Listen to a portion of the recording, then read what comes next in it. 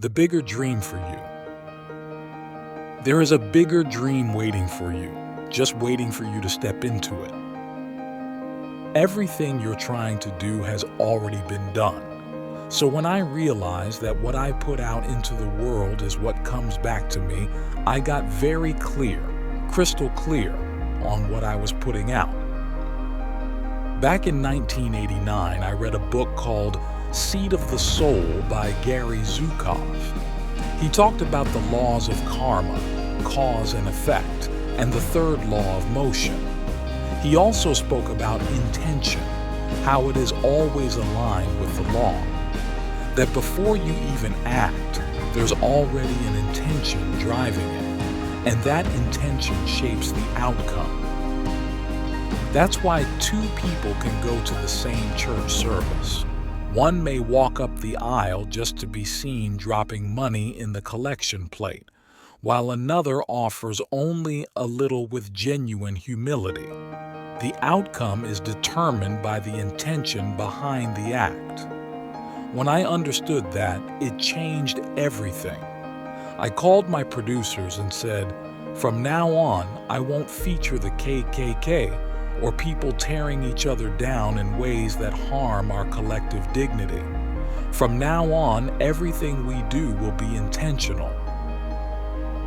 My goal became clear: to fulfill the dream the Creator has for me, to rise to my highest calling and reach toward it daily. When you ask not, what is my dream, but instead, what is your dream for me? Asking the source that created you, that's when everything changes. Because if you lean into that dream, the one dreamed for you by the universe, by love, by light, by grace, by all the names we call God, then nothing can stop you. Every day, before the show, I'd hold a meeting with the producers. I'd ask them, what's your intention? How are we using today's guests, today's content, to serve our audience in a way that uplifts, enlightens, encourages, and entertains? If it didn't meet that standard, we didn't do it. There's a bigger dream waiting. It's just waiting for you to step into it. Your life is vast, full of infinite possibility. But we waste so much time trying to live someone else's life. You're not honored, celebrated, or respected for wanting what someone else has. That's not how the dream works.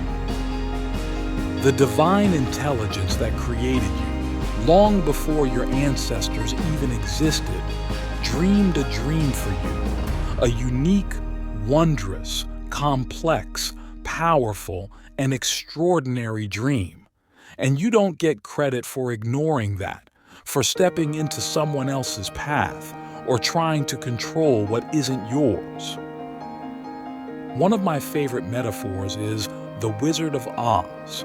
When the Wicked Witch says, "Go away, you have no power here," she's right. You only have power in your own territory.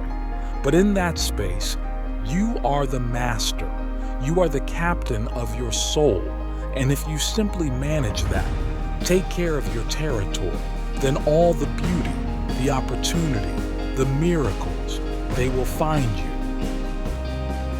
So the question is, what are you resisting? What are you pushing away? What dream are you blocking by clinging to your idea of who you're supposed to be, rather than surrendering to the one that's already been designed for you? Because the shift doesn't take years. It happens in an instant. The moment you change how you see yourself and understand the power you come from, everything begins to shift. After the Oprah show ended, I made a conscious decision to move on. I felt I had said all I could say, and the audience had heard me. I didn't want to spend my life clinging to what used to be. So I dreamed a new dream, a television network. At first, it was hard. Honestly, I had no idea what I was doing. I assumed the Oprah show audience would follow me to OWN. But then I realized many people didn't even have cable, and if they did, they didn't have the OWN package. So it took time, and unlike most people who get to fail privately, if I stumbled, it was headline news.